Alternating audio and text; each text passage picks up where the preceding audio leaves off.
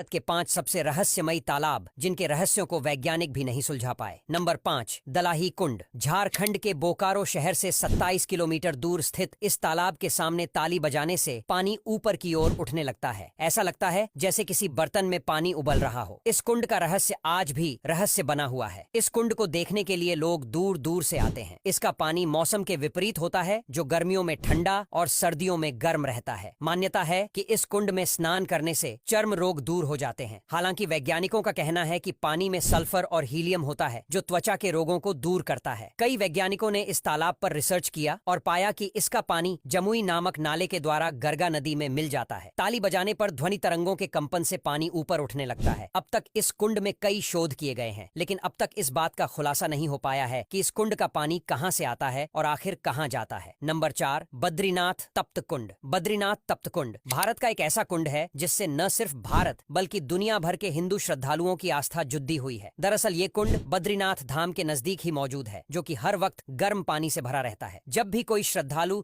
4 धाम यात्रा पर जाता है, तब वो बद्रीनाथ धाम में आने से पहले इस कुंड में स्नान करता है, क्योंकि मान्यता के अनुसार इस कुंड में नहाने से इंसान के सारे पाप धुल जाते हैं। आपको जानकर आश्चर्य होगा कि इस कुंड का पानी सिर्फ गर्मियों में ही गर्म नहीं रहता, बल्कि कड़ीडी ढाके की ठंड में भी गर्म रहता है, जिस कारण हर साल लाखों करोड़ों हिंदू इसमें डुबकी लगाने जाते हैं। हालांकि इसका पानी क्यों गर्म रहता है, इस बारे में कोई भी कुछ नहीं जानता। वैज्ञानिकों ने काफी रिसर्च भी की इस बारे में, लेकिन उनके हाथ भी ज्यादा कुछ नहीं लग सका। नंबर 3, राधा कुंड। राधा कुंड भारत के उत्तर प्रदेश राज्य के मथुरा जिले में स्थित है। राधा कुंड गोवर्धन परिक्रमा में एक प्रमुख मार्ग पर पड़ता है। हिंदुओं के लिए यह तालाब बहुत पवित्र स्थान है। इस तालाब को भगवान श्री कृष्ण का मुकुट कहा गया है, क्योंकि इस जगह की खूबसूरती देखते ही मन मोह लेती है। मान्यता के अनुसार राधा कुंड में नहाने से जिन लोगों के बच्चे नहीं हो रहे होते हैं, उन्हें बच्चे हो जाते हैं। इस तालाब में नहाने की परंपरा सालों से चली आ रही है। कहा जाता है कि कई सारे लोगों के बच्चे इस तालाब में नहाने के बाद हुए हैं। हालांकि वैज्ञानिक इस बात को नहीं मानते, लेकिन लोगों के बीच इसको लेकर कई कहानियां और चमत्कार मशहूर है,